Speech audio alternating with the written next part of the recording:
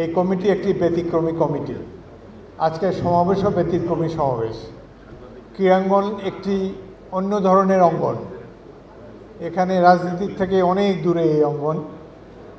ক্রীড়াঙ্গনে যারা রথী মহারথী, ক্রীড়াঙ্গনে যারা সময় দেন, তাদের হৃদয় অন্যরকম, ব্যঞ্জনা অন্যরকম, মন মানসিকতা অন্যরকম।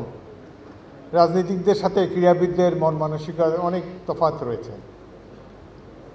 আমিও কখনো চিন্তা করিনি রাজনীতি করব। গত 40 বছর রাজনীতির অঙ্গনেই বিচরণ। ক্রীড়াঙ্গনের জন্য আমাদের রাজনীতিকরা তেমন কিছু করেন নাই আজ অবধি। অনেক কিছু করণীয় রয়েছে। এর একটা প্রধান কারণ হলো এই দেশে একটা পুরনো রাজনৈতিক দল আওয়ামী লীগ, তারা এই দেশের অতীতের খেলাধুলার সকল ট্র্যাডিশনকে পাল্টে দিয়েছে। এদের সাথে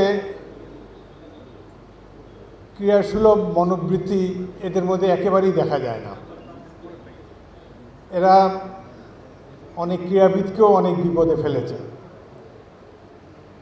এই দেশের যারা তারকা ক্রীড়াবিদ একসময় প্লেইং জাতীয় দলে খেলছে, যেমন সাকিব আল হাসান, তামিম ইকবাল, মাশরাফি মুর্তজা, এরা জাতীয় দলে খেলা অবস্থাতেই একটা রাজনৈতিক দলে যোগ দিয়েছে।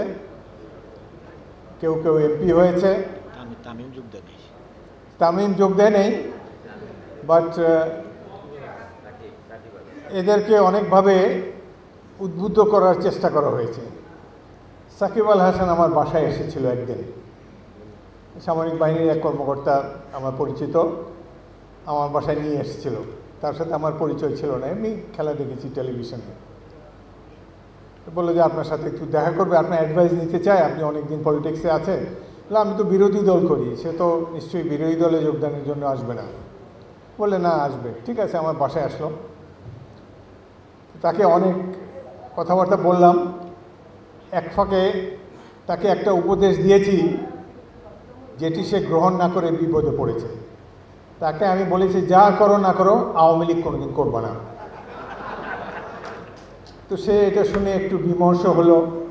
তার ধারণা আওয়ামী লীগে গেলে মন্ত্রী হবে, এটা হবে, ওটা হবে, এমপি তো হবেই।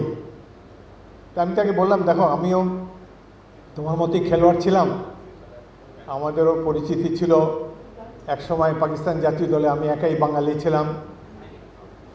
আমাদের অনেক সুযোগ সুবিধা নিতে পারতাম আমরা, কিন্তু খেলোয়াড়ি অবস্থায়, জাতীয় দলে খেলা অবস্থায় রাজনীতিতে যোগদান করা, এটি আমার ঠিক মনোভূত হচ্ছে না।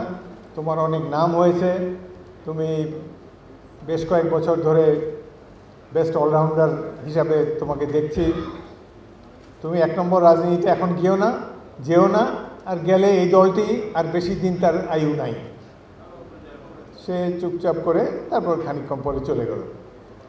যদি সে আমার কথা শুনতো এবং এইভাবে রাজনীতিতে না যেত, এই ধরনের আমি দামি ইলেকশনের মধ্যে না যেত, আজকে সে অনেক সম্মানের সাথে ঢাকার রাজপথে বিচরণ করতে পারত।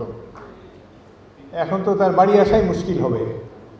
সুতরাং এখানে আরও যারা স্টার ক্রিকেটার, ফুটবলার আছে, হকি প্লেয়ার, বিশেষ করে তামিম ইকবালকেও বলবো, তামিমের যথেষ্ট নাম হয়েছে, তার স্টাইল অফ ব্যাটিং আমার খুবই পছন্দ,